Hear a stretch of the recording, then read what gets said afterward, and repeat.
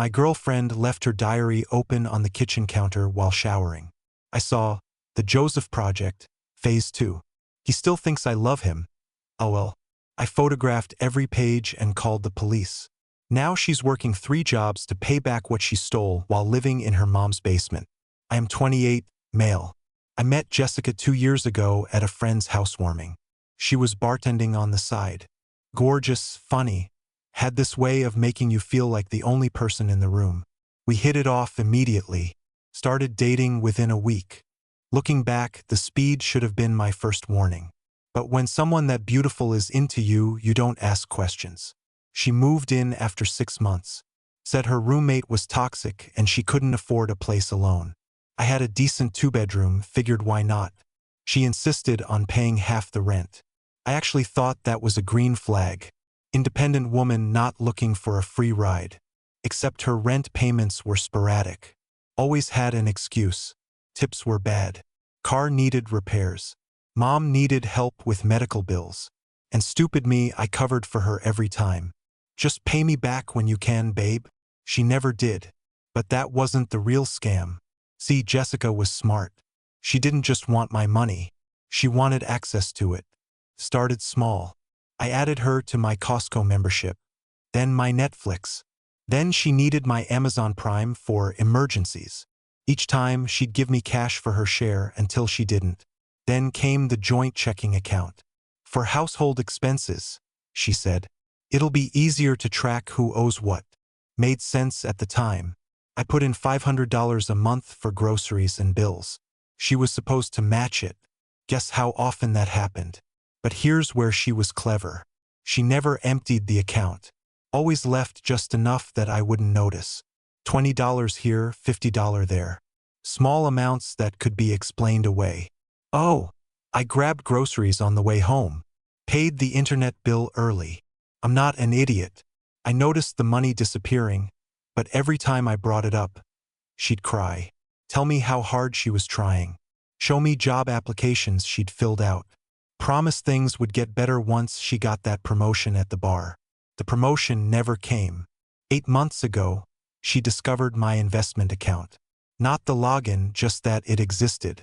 Saw a statement I'd left on my desk. $47,000, saved over 6 years. My house down payment fund.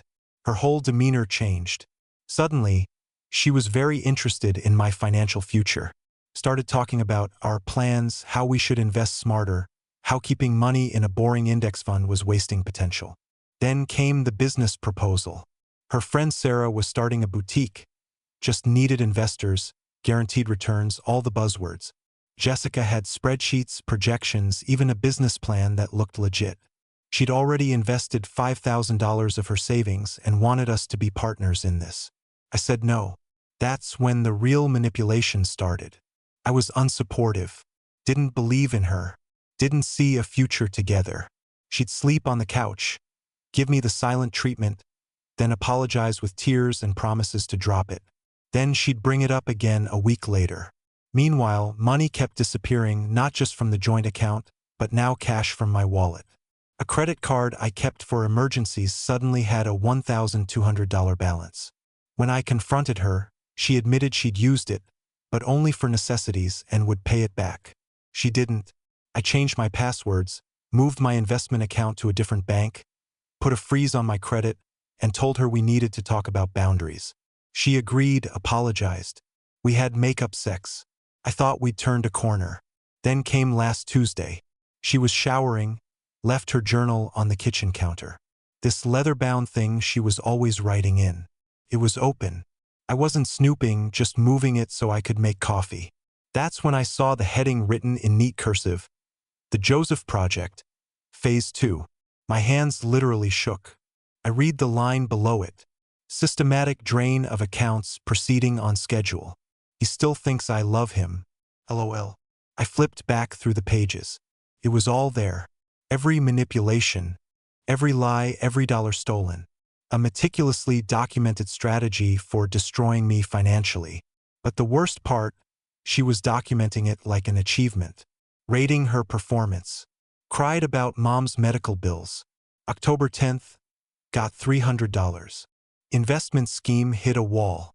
Need new angle. He changed passwords. Time to deploy the victim act. And this gem. He still thinks I'm bartending. Haven't worked in 3 months. His money is my job now. I kept flipping, a sick feeling in my gut. Found a page titled Prospects. Underneath was a list of names. Thomas, Hinge, potential but low income. Charles, work friend, good salary but too cautious. She didn't just have backup plans. She had a pipeline of future victims. I stood there, coffee forgotten, reading months of sociopathic planning, details about my finances I didn't even remember telling her. Then I heard the shower turn off. I grabbed my phone and photographed every page. Every single one. My hands were shaking so bad. Half the pictures were blurry. I had to retake them. She was singing in the bathroom. Some love song. The irony wasn't lost on me. I put the journal back exactly where I found it. Made coffee like nothing happened. She came out in my t-shirt, hair wet. Kissed me on the cheek. Morning, babe. Love you. I wanted to vomit. Instead, I smiled. Love you too. Hey, I've got to run to work early. Big meeting. Okay. Oh, can you leave me some cash? I need to get gas. I left her $40. Documented it with a photo of her taking it from my hand. Then I drove straight to the police station. Holy hell, this blew up. Sorry for the delay. The last 2 months have been a slow-motion nightmare of lawyers, detectives, and trying to keep my sanity. Here's what happened after I walked into that police station. First, it turns out I wasn't her only victim. When I showed the detective the photos of the journal, his eyebrows went up. Wait here, he said, and came back with 2 other detectives. Apparently, Jessica, not even her real name, it's Susan Parsons, had outstanding warrants in 2 other states. Same scam, different guys. She'd drain them dry, disappear, and reinvent herself. I was victim number 4 that they knew about. With victims across state lines and evidence of her moving stolen funds electronically, the lead detective said, "This is bigger than us. We're calling the feds. This is textbook wire fraud, and that's their playground." They took my statement, all my financial records, the photos. They said they'd need the original journal as evidence. Problem was how to get it without tipping her off. "We can arrest her now," a detective explained. "But if we get the journal and her devices in a clean search, the case is ironclad. We need you to go home and act normal." So, I had to go home and pretend everything was fine for 3 days. You ever try to act loving towards someone you know is a sociopath actively robbing you? It's like swallowing glass. Every babe made me want to scream. Every touch felt like an assault. But I did it. I needed her to not suspect a thing. During those 3 days, I documented everything, every request for money, every lie. I installed a camera in the living room, legal in my own home, and caught her going through my desk, my mail, even trying to crack my new laptop password. Wednesday night, she made her move. The investment opportunity was closing soon. Sarah needed an answer. Just $10,000 to start. I recorded the whole conversation on my phone. "I thought you dropped this," I said. "I did, but Sarah's desperate, and think about our future. Don't you want to provide for us?" There it was. The manipulation, the guilt, the us that never existed. "Let me sleep on it," I said. She smiled, kissed me. "I knew you'd come around, Ty. You're such a good provider." Thursday morning, while she was at her fake bartending job, federal agents and local police executed the search warrant. They got the journal, her laptop, burner phones, everything. They found evidence of 6 other victims they didn't know about. Total theft across all victims was initially estimated at over $300,000. They arrested her at the gym that afternoon. Yeah, she was at the gym, not work. Using my membership, of course. I wasn't there, but apparently she played the victim card hard. Cried about not understanding. It must be a mistake. Demanding to call her boyfriend, me, to clear things up. They showed her the journal. She shut up real quick. Asked for a lawyer. Here's where it gets interesting. Sarah, the boutique friend, doesn't exist. The business plan was a professional fake she'd paid for online. The $5,000 she claimed to have invested, that was real. She'd stolen it from victim number 2 and was using fake investments to launder money. A pyramid scheme with stolen money. Almost genius if it wasn't so evil. Her lawyer tried to get her out on bail. The federal prosecutor argued she was a major flight risk with a history of creating new identities. The judge agreed. No bail. Then came the phone calls from jail. I recorded every single one and forwarded them to the U.S. Attorney's office. Oh yeah, I got a lawyer. Because getting your money back from a con artist is like squeezing water from a rock. She'd spent most of it.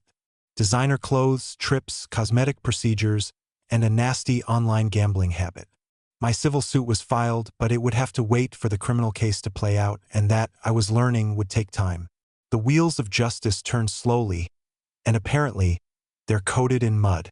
The last 8 months have been a parade of legal motions, delays, and harassment. Susan's mom found my number. It started with sympathy. "I'm so sorry for what my daughter did to you." Quickly turned to negotiation. "She's sick. She needs help, not prison. Can't you talk to the prosecutor? We'll pay you back." They offered $10,000 to drop my civil suit and refused to cooperate with the feds. "That's not even a quarter of what she stole from me," I said. "And I'm not obstructing a federal investigation." Then the harassment started. Calls, texts, emails, her mom, her sister, cousins. The narrative shifted. I was the bad guy. "You must have known she had problems. This is partly your fault," her sister said. "A real man would handle this privately," her cousin said. "She told me you were abusive. Maybe she was just trying to escape." Her mom said again. "I documented everything. My lawyer used it to get a restraining order against the whole family." Meanwhile, the criminal case was crawling forward. Susan, through her public defender, was going for a mental health defense. Compulsive behavior, childhood trauma, you name it. The prosecution wasn't buying it. The journal was a prosecutor's dream, showing clear, calculated intent. They offered her a plea deal. 7 years plus full restitution. She turned it down. Wanted to take her chances with a jury. Bad move. The delay gave investigators more time to dig. They found more victims, including 3 from her college days.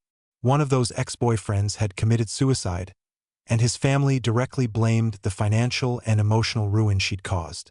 That changed everything. The prosecution withdrew the plea deal. The feds added new charges. The potential sentence jumped to 15 to 20 years. Now her family was truly desperate. The harassment escalated. They showed up at my work. Her sister threw a brick through my car window. More arrests, more restraining orders. Susan tried a new tactic from jail. Love letters, pages of pure manipulation. She'd found God. She wanted to make amends. She'd spend her life making it up to me if I'd just help her. Sprinkled within the apologies were subtle threats, mentioning she knew where my parents lived, that she had friends who worried about me. I gave every letter to the prosecution. Witness intimidation was added to her list of charges. The trial was finally scheduled. I was dreading it, having to see her, to testify, to relive it all. Then, 2 weeks before the trial was set to begin, she blinked. "It's been a long road. Sorry for the silence. After everything that happened, I had to disconnect and just live, but I figured you all deserved a final chapter." 2 weeks before the trial, facing a mountain of evidence and the prospect of a decade or more in prison, Susan took a new plea deal. It was brutal. 5 years in federal prison, followed by 3 years of intensely supervised release, and she had to admit to everything in detail in open court. I sat in that courtroom and watched her confess. No tears. No, I was sick defense. Just a flat, monotone admission. I knowingly and willfully defrauded Joseph Chun and 11 other victims. 11. They found for more during the trial prep. Total stolen, $426,000. The judge was not sympathetic. He called her a financial predator who weaponized intimacy and spoke of the callous disregard for the devastation she caused, referencing the victim who took his own life. Susan finally cried then. Not the fake tears I knew so well, but real, ugly sobs of someone whose life was completely and irrevocably ruined by their own actions. Her family was there, still glaring at me. Her mom shouted, "This is your fault," as they led Susan away in handcuffs. Susan served nearly 4 years of her sentence. With the time she was held pretrial and some credit for completing programs in prison, she was released to a halfway house 6 months ago. Now for the restitution. Con artists don't have 401ks. The government seized just $2,341 from her accounts. The court ordered wage garnishment for the rest. 25% of any income she makes for potentially the rest of her life, until the $426,000 is repaid. My share is $51,400. So, how does a convicted felon with no real work history pay that back? She works 3 jobs. I know this because the restitution order is public record. McDonald's morning shift, Walmart cashier in the evenings, and cleaning offices overnight. She lives with her mom, wears an ankle monitor, and can't leave the state. I get a check for between $70 and $90 every month. At this rate, I'll be paid back in full in about 50 years. I'll likely never see most of it. But it was never just about the money. It's the text I got from another victim, the one whose sister found his suicide note in time. He's a different person now. Said the trial gave him the closure he needed to finally heal. It's knowing Susan can't do this to anyone else. Her name, mugshot, and conviction are the top results on Google.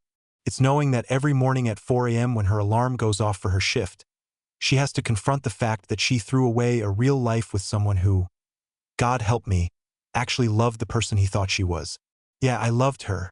That's the part that still messes with me. My therapist says you can grieve for a fiction. The last 3 years have been about rebuilding my savings, my trust in people, my judgment. I'm dating again cautiously. I might not check their credit report on the 3rd date, but I sure as hell pay attention to the details now. That monthly check is a strange reminder. It's not a victory lap. It's a receipt for a lesson that cost me $51,400. A reminder of the bullet I dodged and the importance of leaving your diary closed if it contains a multi-state federal conspiracy. And Richard, whoever you are, you dodged a bullet, man.